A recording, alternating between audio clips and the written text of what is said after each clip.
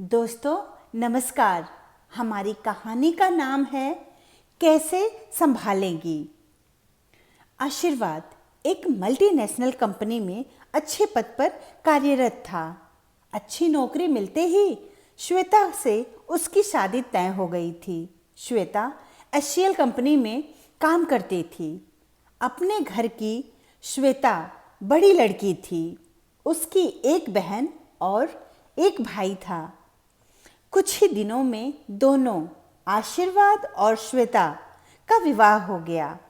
आशीर्वाद का हाथ पकड़कर श्वेता अपने नए घर, अपने ससुराल में कदम रखा। पूरा घर रिश्तेदारों से भरा था। रीति रिवाजों के बाद श्वेता को आराम करने के लिए छोड़ दिया गया। सबके जाने के बाद जब श्वेता अकेली हुई तो सोचने लगी, कैसे पल भर में ही अपना घर पराया हो जाता है और पति का घर अपना। सोचने लगी, अब यह घर और घर के लोग मेरे अपने हैं। सिर्फ रिश्तों में बदलाव आया है। माँ सास बन गई, पापा ससुर, भाई देवर, बहन ननद। सुबह हुई, श्वेता अपने नए घर और रिश्तों में ढल गई। अपनी नौकरी और घर के काम काजों में व्यस्त हो गई थी। उसके जीवन में एक नए रिश्ते ने और जन्म लिया था, माँ का। महीने और साल गुजर गए। आशीर्वाद और श्वेता कब उम्र की उस दहलीज पर पहुंच गए कि पता ही नहीं चला कि बेटा विवाह के योग्य हो गया था। इन बीते सालों में सास ससुर का स्वर्गवास हो गया, नंद का भी ब्याह हो गया और वह अपने ससुराल में खुश हैं। अब घर की सारी जिम्मेदारियों को निपटाने के बाद जब श्वेता ने अपनी तरफ ध्यान दिया तो उसे अपने बच्चों की जिम्मेदारियां दिखाई दी। बेटी अनिका का विवाह शिवाय के साथ धूमधाम से संपन्न किया। शादी के बाद वह दुबई में रहती है अपने पति और परिवार के साथ। अब बेटे की शादी भी कर श्वेता और आशीर्वाद अपनी जिंदगी जीना चाहते थे।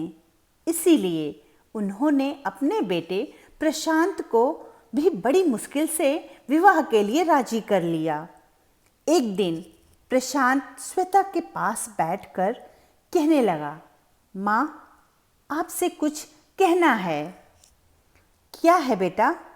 माँ मैं आप लोगों के साथ ही रहना चाहता हूँ, मुझे बाहर नहीं जाना है। ठीक है बेटा, अभी किसी ने आपसे कुछ कहा क्या कि बाहर जाओ? अरे नहीं माँ, मेरी शादी हो रही है ना, और मैं नहीं चाहता कि घर में कोई अशांति फैले। मैं अपना अलग से घर नहीं बनाऊंगा। माँ आप लोग के बिना मेरा जीवन सूना है, इसीलिए आप बहू के आने के बाद क्या करेंगी, कैसे संभालेंगी मुझे नहीं पता, पर घर में शांति चाहिए, कहकर चला गया। प्रशांत का विवाह नेहा से हो गया। श्वेता रसोई में काम कर रही थी, तभी उसे लगा उसके पीछे परछाई सी है। पलटकर देखा, बहू थी, हिरन के समान चौकड़ी मारती हुई श्वेता के आगे पीछे घूम रही थी। आज श्वेता को लगा मेरे साम्राज्य में कोई कब्जा करने आ गया है। उसने कहा, माँ मैं सब काम कर देती हूँ, आप रहने दीजिए। श्वेता का दिल धक से रह गया कि मुझे मेरे साम्राज्य से बाहर जाना पड़ेगा। फिर बेटे की याद आई।